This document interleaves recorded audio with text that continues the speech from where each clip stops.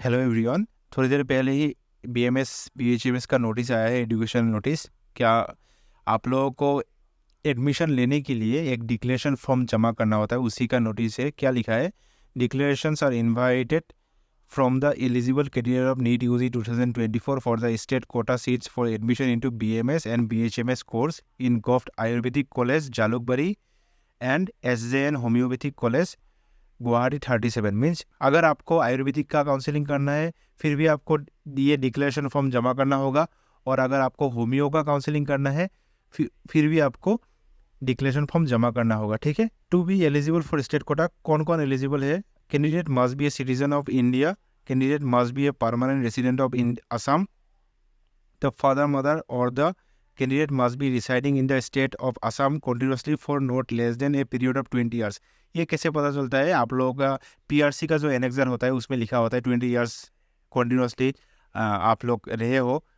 आप लोगों ने अगर एमबीबीएस का काउंसलिंग किए हो तो आपको पता होगा, अगर नहीं भी किए हो तो एनेक्सर्स जो है उसमें फर्स्ट वाला जो एनेक्सर होता है पीआरसी का, वही से ये डिसाइड हो जाता है। फिर provides that These shall not be applicable to the sons or daughters of officers all India services allotted to Assam. The candidate must study in all classes from class 7 to 12 in the state of Assam and must pass the qualifying examination or its equivalent examination from the any institute situated in the class 7 to 12 Assam में study करना होना चाहिए। ठीक है।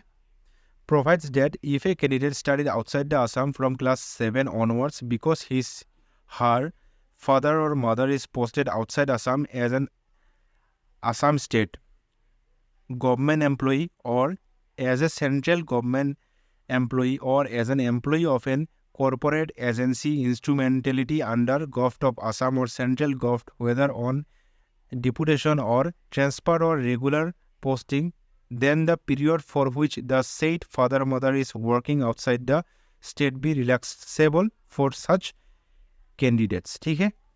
The declaration forms are available in the director of AYUSH, date is ये वाला website है, आप लोग उधर से डाउनलोड कर सकते हो। मैं आप लोगों को दिखा देता हूँ डिक्लेरेशन फॉर्म कैसा है।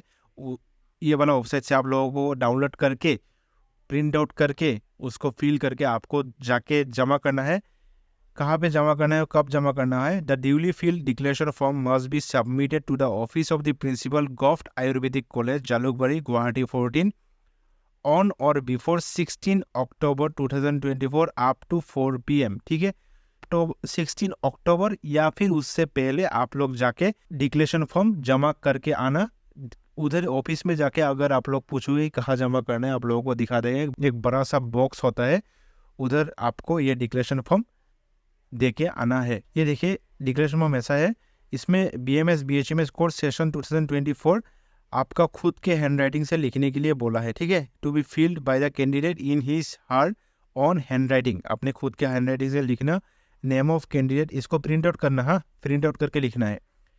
नेम ऑफ कैंडिडेट इधर लिखना, name of mother, name of father, then address, आपका जो एड्रेस है ठीक है वो देना। फिर कॉन्टैक्ट नंबर, खुद का कॉन्टैक्ट नंबर, फिर email address, roll number NEET UG 2024 होगा ये। ठीक है। इसमें अपना जो रोल नंबर है नीट यूजी का ये देना।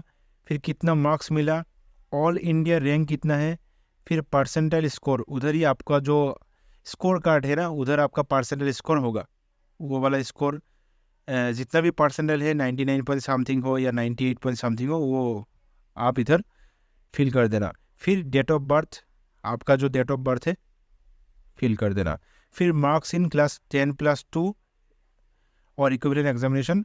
फिजिक्स में टोटल मार्क्स इधर कितना होगा, 100 होगा, कितना मिला। फिर केमिस्ट्री में भी 100, इधर कितना मिला। बायोलॉजी में 100 मार्क्स ऑब्टेन कितना है।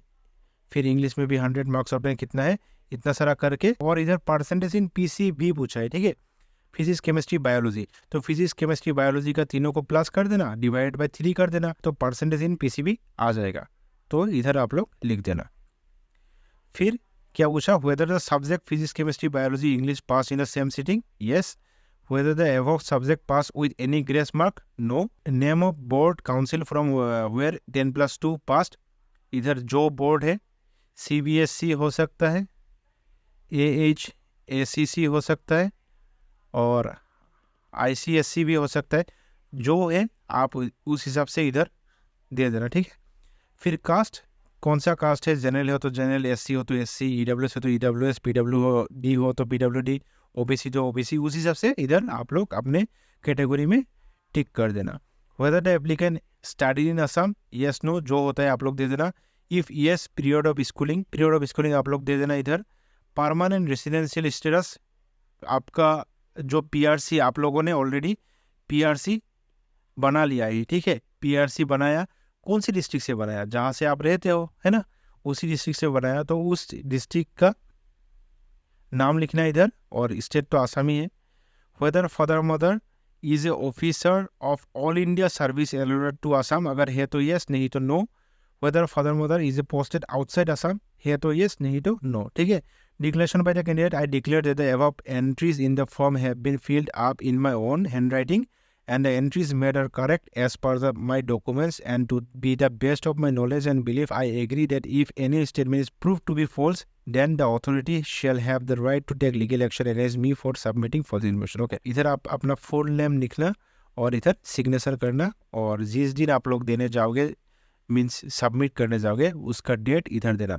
देखिए, डिक्लेरेशन फॉर्म जमा करना बहुत ही ज़रूरी है। डिक्लेरेशन फॉर्म अगर आप लोग जमा नहीं करोगे, बाद में अगर आपका मार्क्स अच्छा भी होगा और आप लोग अगर चाहोगे कि मैं काउंसलिंग करूं, तो आप लोगों को काउंसलिंग करने नहीं देगा। तो इसीलिए डिक्लेरेशन फॉर्म ज़रूरी नहीं है कि आपको जाके ही जमा करना है, आपके पेरेंट्स भी जाके जमा कर सकते हैं या फिर कोई और जाके जमा कर सकता है। आज के वीडियो में बस इतना ही। फर्दर कोई नोटिस आएगा तो मैं आप लोगों को अपडेट कर दूंगा। सेकेंड राउंड काउंसलिंग के बारे में अभी तक कोई नोटिस नहीं आया डीएमई की तरफ से, होप पूजा की बात ही आएगा, तो जब आएगा तो मैं आप लोगों को अपडेट कर दूंगा। आप लोग टेंशन मत लीजिए। वीडियो देखने के लिए बहुत बहुत शुक्रिया। Thank you so much.